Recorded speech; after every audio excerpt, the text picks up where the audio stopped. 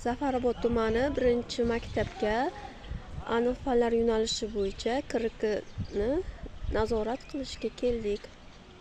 Markazda metodistimiz Kasbiy rivojlanish kuni hamda soat tadbirlarini o'rganish maqsadida hududlarda o'sha o'rganish ishlari olib borilmoqda.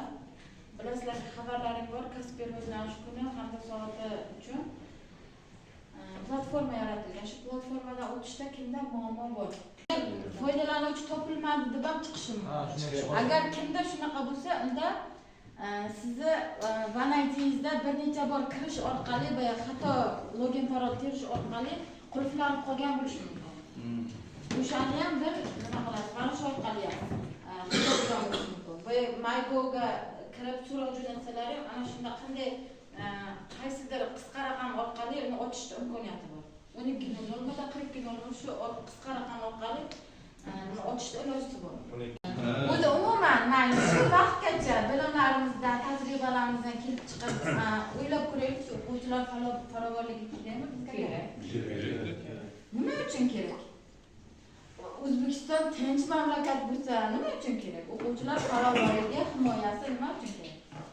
Baribir har qanday muhitda ham hozirgisi aytgandek mustaqil davlat bo'lgani bilan o'sha o'quvchiga, farzandimizga demak o'qishi yaxshi nima bo'lishi uchun ta'minlash darajasi o'sha dars qilishga, o'zini alohida vaqti, alohida joyi bo'lishga demak ta'minlab bersak, majburiy voyaga yetmagan uchun majburiyatda foydalanish umuman taqiqlanadi. Shunaqa taraflarimizni o'zimiz himoya qilishimiz kerak o'quvchilar.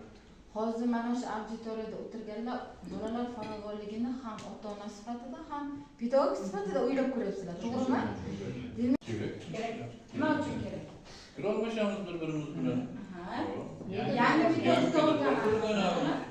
Yaxshi ustozlar, yana bitta shu o'rinda fikr bildirib ketmoqchiman. Rahmat ustoz fikringiz uchun. Demak, biz o'zimizni matematika to'g'risida aniq fanlar yo informatika fan o'qituvchilar o'tiribdi.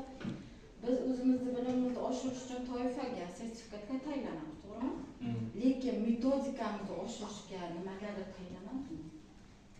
Qanaqadir repetitorga boramizmi yo qo'shimcha darsga qatnashamiz? Qatnashamiz.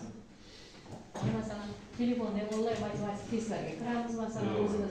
Yo'q, metodik jihatdan, metodik jihatdan demak biz deyarli endi mana ba'zi demak YouTube kanallar yo boshqa ijtimoiy tarmoq orqali ko'rib qolish mumkin ba'zi paytda, lekin mana davlatimiz tomonidan aynan bir kunni ajratib, obedgacha sizlar uchun darslar qo'ymasdan mana sekin repetitsiya